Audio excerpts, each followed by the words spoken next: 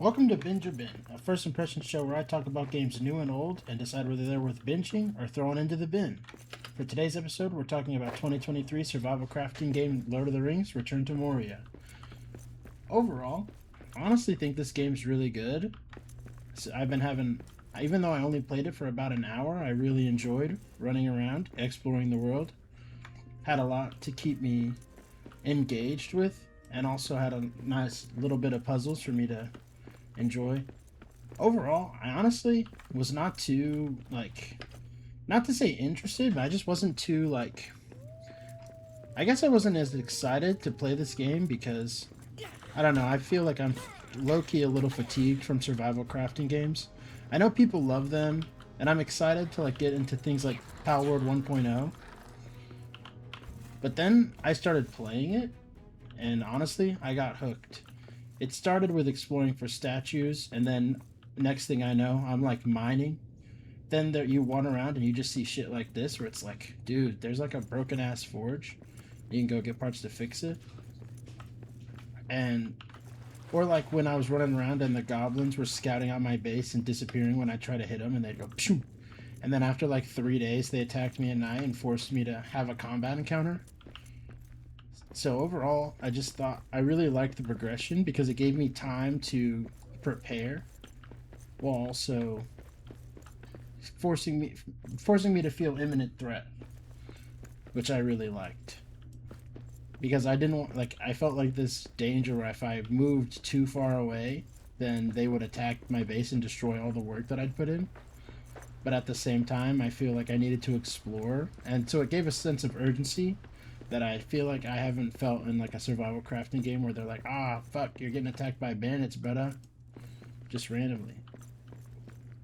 I also think, even though this game had a simple character creator, I just like character creators in games, I'm not even gonna lie. Not gonna Cappington to you, brother. But, and I like exploring and finding shortcuts. And, I mean, it's a voxel game, so it's pretty fun that I can just break the wall like this in a weird, funky way. And maybe find a secret. There might be a secret tunnel. Plus, this game gets the advantage of being in Lord of the Rings world, which is already a... Whoa, maybe there's some... Oh, wait, that's the stuff in my inventory. A book. Some Lembos. And another one of those little statues. This game has the benefit of being in Lord of the Rings world, which I think adds... Just having a good base to build off of, I think is really important when you have such a deep and rich world like the Lord of the Rings that you can sort of play with and put your own spin on. And Lord of the Rings games have generally been good, so I remember playing so many of them even when I was a kid that I was just obsessed with. Like the Hobbit game, even though I constantly got stuck.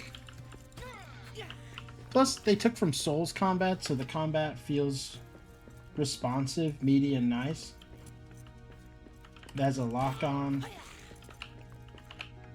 It doesn't, and then, interesting things you can do. Not that I've played with it that much. You're kind of seeing the extent of the combat experience I have, other than when I got attacked by goblins. But it's just, I had a really good time exploring the world and seeing what even these mines had in store for me. Which I think lends a lot of... It's always good when in a world you have something fun to explore. I'm excited. I feel like for me, for games like this, there needs to be some sort of pull to get me to play, because I lose interest very quickly if the game is just kind of it's a sandbox, go build something.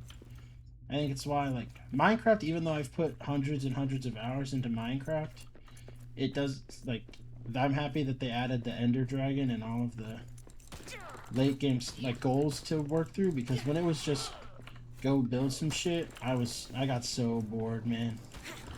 So the fact that this game has a plot and places to explore that always has a goal to work towards makes me more interested in getting into the game. I also think that the survival mechanics don't feel overtuned I feel like I don't really have to focus on my eating. Like, I don't think I'm gonna starve, and they give you enough resources that it kind of feels like a survival horror resource management type of game rather than like a die-hard survival game where if you don't go get water, you're gonna fucking die. And I don't mind games like that. Like, one of my favorite game franchises of all time is Stalker. And Stalker's kind of like that. Whoa, metal frags?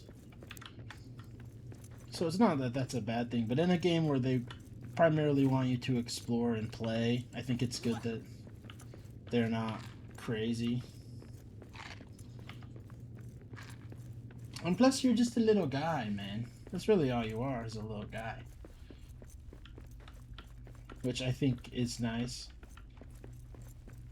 When I was playing, I found this, like, I progressed into this, like, elven forest, and then I got scared, so I went back.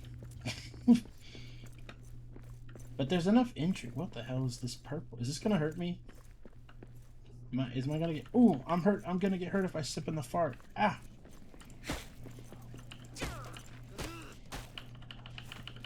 Ah, shit. I gotta get the fuck out of here. What's that? My inventory's full. Holy schmidt. I gotta get out of here. I'm cursed. What the fuck? I don't know what the hell just happened to me. Eat mushroom, eat mushroom.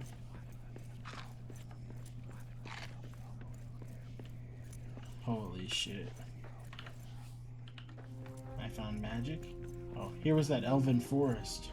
Too bad I'm cursed. Oh, maybe I'm fine now.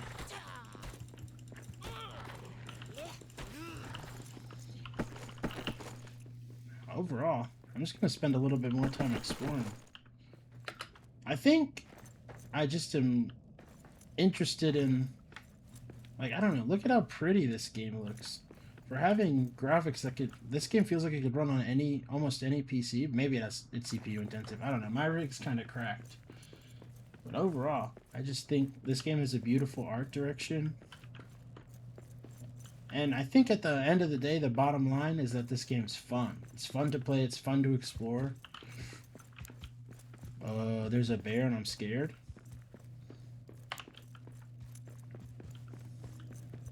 I would like a bow and arrows, please. Can I eat more mushrooms? Do these heal me? I can't have raw meat that might kill me. I should probably go home and make soup. Plus, this game does have multiplayer, even though I haven't played it with any friends because none of them want to play this game with me. But I'm sure with a group of friends, this game is honestly a hell of a romp.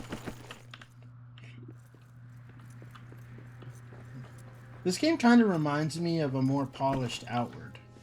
I feel like Outward was one of those games that I thought was going to be the next new wave, and then me and my friend played it, and we thought it was kind of mid. I just remember watching Kraken play with Tomato. But those are names that you don't hear that often anymore. But I remember years ago, that was the combo for me. I was obsessed with those guys.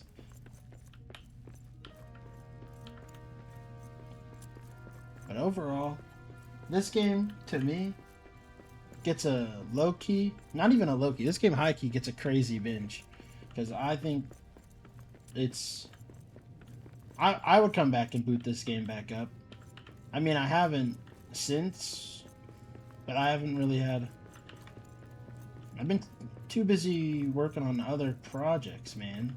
But I would play this game. I would convince a friend to buy it and play it with them. And I think it's free on the PlayStation Plus Extra tab. So if you have PlayStation Plus Extra, you can download this game and play it for yourself, which is worth it. I'm whopped him. So overall, I'd say this game gets a binge. It is fun. And if you like Lord of the Rings, if you like dwarves, this game lets you mine and whistle. And really, what more could you ask for? I couldn't ask for anything else.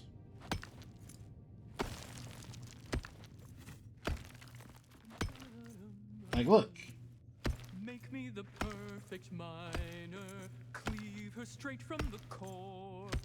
Calloused fists, crystal born, harder than the anvil's horn. With a frame that cracks the mold, facets of emerald, ruby, and gold, wrought from the finest, sprung from the stone.